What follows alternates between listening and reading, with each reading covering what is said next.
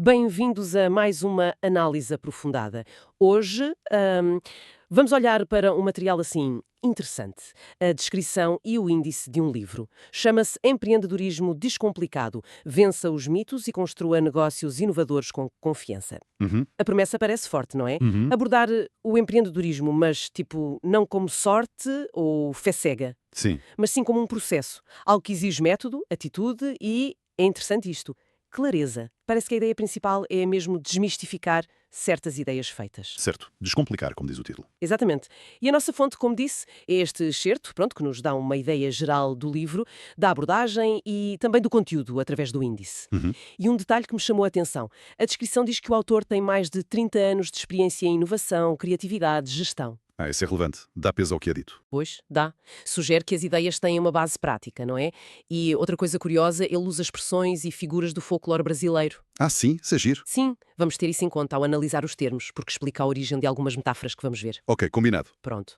Então, o nosso objetivo hoje é tentar perceber as mensagens-chave que este livro parece querer passar, com base nesta informação que temos. Uhum. Como é que ele propõe superar os tais mitos? O que é que ele entende por empreendedorismo sustentável, inovador e como é que se pode agir com mais confiança?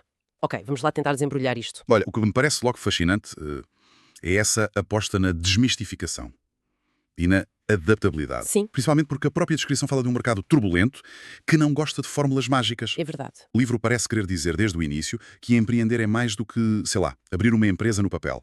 Uhum. É uma mentalidade. Exatamente. É cultivar uma mentalidade específica. E uma mentalidade que, pelo que percebi da fonte, valoriza muito a aprendizagem. Isso. Aprender com os erros e acertos. Sim, e não só os próprios, mas também os dos outros. Diz que isso acelera resultados. Uhum. E isto parece ancorar a abordagem do livro na prática, na realidade. Afasta-se de idealismos ou daquilo que a fonte chama modismos ou discursos vazios. Certo. Liga-se diretamente àquela ideia de clareza e método que mencionaste. Sugere que a intuição é boa, mas beneficia de estrutura, de análise. Sim, uma perspectiva que valoriza a experiência, portanto, não só o rasgo de gênio. Exato. E essa abordagem, assim, pragmática, ganha uma forma muito curiosa no índice. Os títulos dos capítulos são chamativos. Sim. Sim, usam essas expressões populares e figuras do imaginário brasileiro que falamos. Logo no início tem chutar o balde, Uhum. que está associado à coragem de largar os padrões, tipo estudo, emprego tradicional, e logo a seguir chutar o pau da barraca. Essa também é boa. Pois é, ligada à coragem de deixar os modelos de trabalho convencionais. São expressões fortes para começar, não são? São mesmo. Chutar o balde, chutar o pau da barraca. Evoca uma ruptura, assim, intencional, quase visceral. Sim. No contexto do empreendedorismo, isto sugere que o livro vai direto ao assunto. Confronta a inércia, o medo de deixar o caminho seguro. Uhum. A descrição falava em agir com menos medo e mais confiança. Estes capítulos iniciais parecem focar-se nisso, nesse desbloqueio mental. No fundo, a coragem de sequer pensar numa alternativa. Exatamente. A coragem de dar o primeiro passo. O conceptual. Mas essa coragem, por si só, não pode ser vista como impulsividade. Quer dizer, um livro que fala em método, de alguém com experiência, como é que enquadra esta ruptura? Não há o risco de romantizar o abandono do seguro? É uma ótima pergunta. E eu acho que, partindo da ideia de que o livro quer ser descomplicado, mas baseado em experiência, é provável que essa coragem não seja apresentada como um salto cego, Hum, mas sim como uma decisão informada, talvez até calculada. A experiência do autor pode servir precisamente para mostrar a diferença entre uma ruptura estratégica, se calhar depois de ver uma oportunidade clara, ou sentir um desalinhamento muito grande, certo. e uma simples reação impulsiva. O tal método pode começar logo aí, na autoanálise, na avaliação de risco, antes de chutar o balde. Faz sentido. A desmistificação talvez seja mostrar que essa coragem não é não ter medo, mas agir apesar do medo. E agir com base em algo mais do que só vontade de mudar. Uma coragem fundamentada, então. Percebo. E depois dessa ruptura, o índice avança, fala em encher o próprio balde. Uhum. Descrito como o processo de acumular bens para empreender. A palavra bens aqui parece-me estratégica. Que tipo de bens serão estes? Para além do dinheiro, claro. Exato, a escolha da palavra bens sugere uma visão mais completa do capital necessário. Podemos pensar que se refere a muitos recursos diferentes. Conhecimento do setor, competências técnicas, de gestão, experiência prática. A tal experiência que pode vir de empregos anteriores. Sim, como a fonte sugere para profissionais que querem empreender. E também uma rede de contactos, ativa, diversa reputação e até coisas mais intangíveis. Como o quê? Resiliência, capacidade de aprender, inteligência emocional, tudo isso.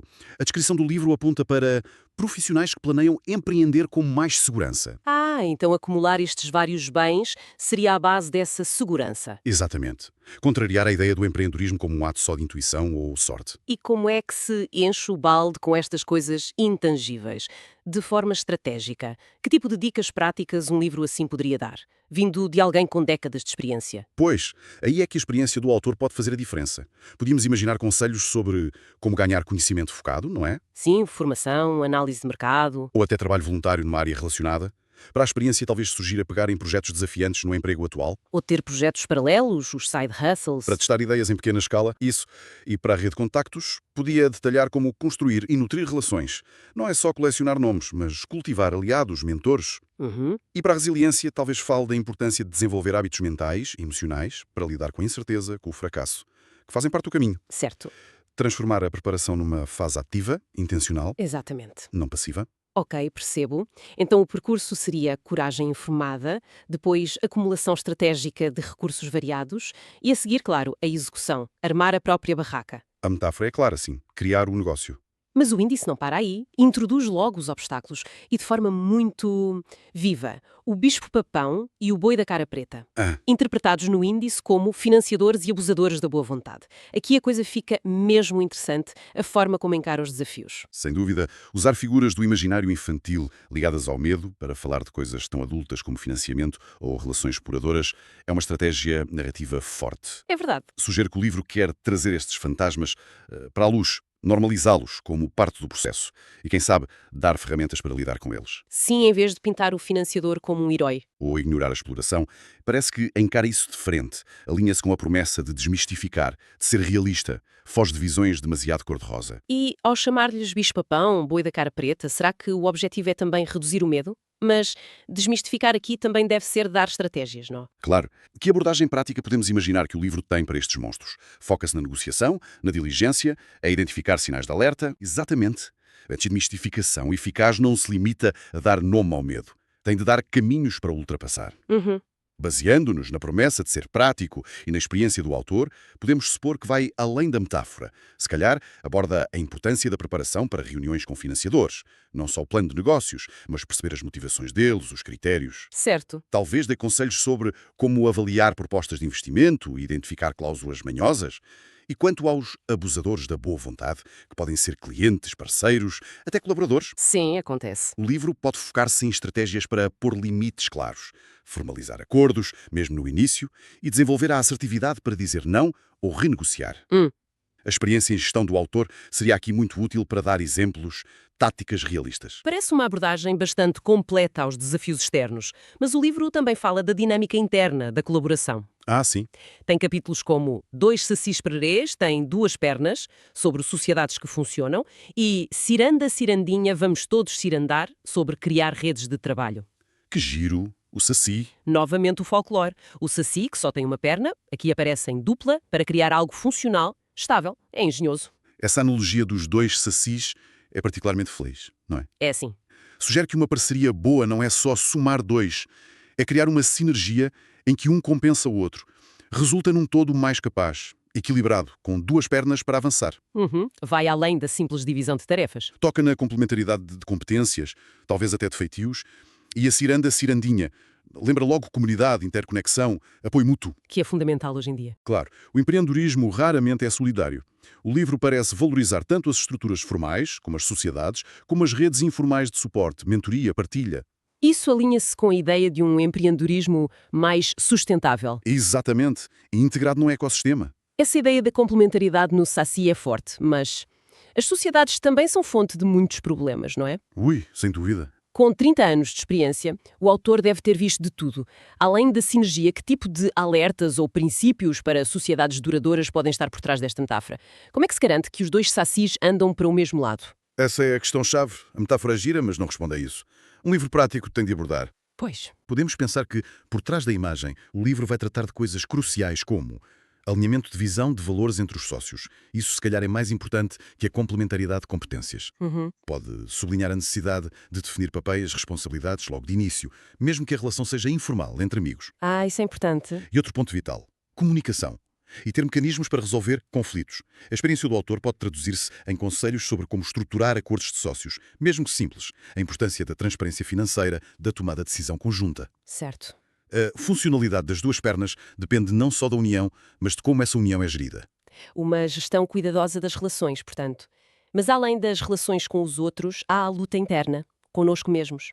Uhum. O índice aponta para a síndrome de Curupira e pergunta porquê tendemos a desistir. O Curupira, na lenda, tem os pés virados para trás, não é? Confunde quem o segue. É uma metáfora extraordinária.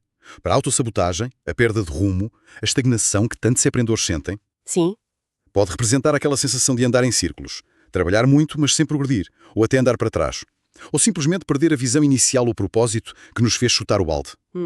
Liga-se diretamente à necessidade de método e clareza, que o livro parece defender desde o início. é verdade. Sem o rumo claro, sem ferramentas para navegar as dificuldades, é fácil sentir-nos perdidos na floresta do empreendedorismo, a seguir os nossos próprios rastros confusos e acabar por desistir. Acho que todos reconhecemos essa sensação de esforço sem avanço.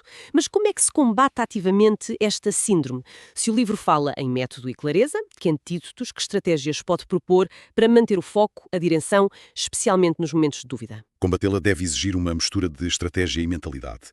O método aqui podia ser ferramentas concretas, definição de objetivos claros, mensuráveis, tipo OKRs ou algo parecido. Sistemas para acompanhar o progresso? Isso. E ciclos regulares de reflexão de ajuste de rota. A clareza podia ser reforçada com exercícios para reafirmar a visão, os valores do projeto, ou procurar feedback externo, mentores, conselheiros, clientes, para ganhar perspectiva. E a experiência do autor podia também focar na gestão da energia, na prevenção do burnout, que muitas vezes contribuem para essa sensação de andar para trás. Sim, o burnout é um risco real. Talvez o livro sugira técnicas de resiliência ou mindfulness, mas adaptadas a este contexto. Ferramentas práticas para não perder o norte, então. E isso leva-nos a outro ponto-chave: planeamento versus ação. Sim, O índice menciona um mercado de mulas a sem cabeça. E o subtítulo explica: planeamento é fundamental, mas sem perfeccionismos. Então, o que significa isto tudo? Parece um equilíbrio delicado, quase um paradoxo. precisamente. A imagem das mulas sem cabeça lembra logo atividade frenética, mas sem rumo. Ação sem estratégia. Muito barulho para nada. O caos. Certo. Por outro lado, o aviso contra o perfeccionismo no planeamento ataca o extremo oposto. A paralisia pela análise. O medo de agir antes de ter o plano perfeito, que nunca existe. Verdade. O livro parece defender um caminho do meio, uma espécie de planeamento ágil. Ou seja, reconhecer que o planeamento estratégico é essencial para dar direção, para evitar o caos. Mas esse plano não pode ser uma prisão. Tem de ser flexível. Para permitir agir rápido, experimentar, adaptar. Exatamente, com base na aprendizagem que só o mercado real dá. Esse equilíbrio é notoriamente difícil de conseguir na prática. Como é que um livro que se quer descomplicado pode abordar esta complexidade? Que ferramentas, que mentalidades pode sugerir para ajudar a navegar entre a paralisia e o caos? Talvez com base nos sucessos e fracassos que o autor viu em 30 anos.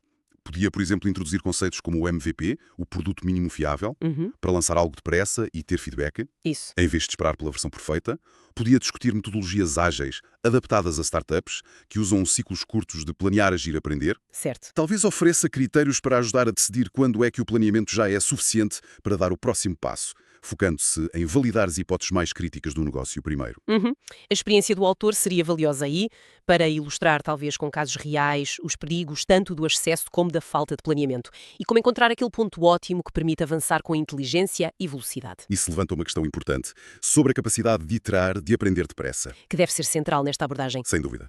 Recapitulando o que conseguimos perceber desta descrição e índice, o livro Empreendedorismo Descomplicado parece prometer uma abordagem muito pés na terra, fruto da longa experiência do autor. Coloca muita ênfase na mentalidade, a coragem calculada, a clareza de propósito, a resiliência. Usa uma estratégia muito interessante e culturalmente rica de personificar medos e obstáculos com estas metáforas do folclore. Sim, torna-os mais reconhecíveis, talvez. E menos intimidantes. E parece desenhado para ser útil a muita gente diferente, desde estudantes que querem perceber as bases, a profissionais com experiência que procuram uma transição mais segura para empreender. Ou qualquer pessoa interessada em inovação com substância. Exato. E não só superficial. Sem dúvida. E essa tática de dar nome aos desafios de forma tão viva, o bicho-papão financeiro, a síndrome de Curupira da desmotivação, o mercado de mulas sem cabeça da ação sem rumo, tem um potencial psicológico interessante. Como assim? Ao dar nome e forma, talvez até um pouco lúdica, a estes obstáculos universais, o livro pode torná-los menos abstratos, mais fáceis de identificar no nosso próprio caminho e por isso mais fáceis de enfrentar com estratégia. Faz sentido. Acho que esta perspectiva de realismo estratégico, embrulhada nestas metáforas culturais, pode ser valiosa para qualquer pessoa que lide com projetos com incerteza, com inovação, mesmo fora do contexto de abrir uma empresa. Uhum. No fundo, reforça a ideia central que a fonte nos deu.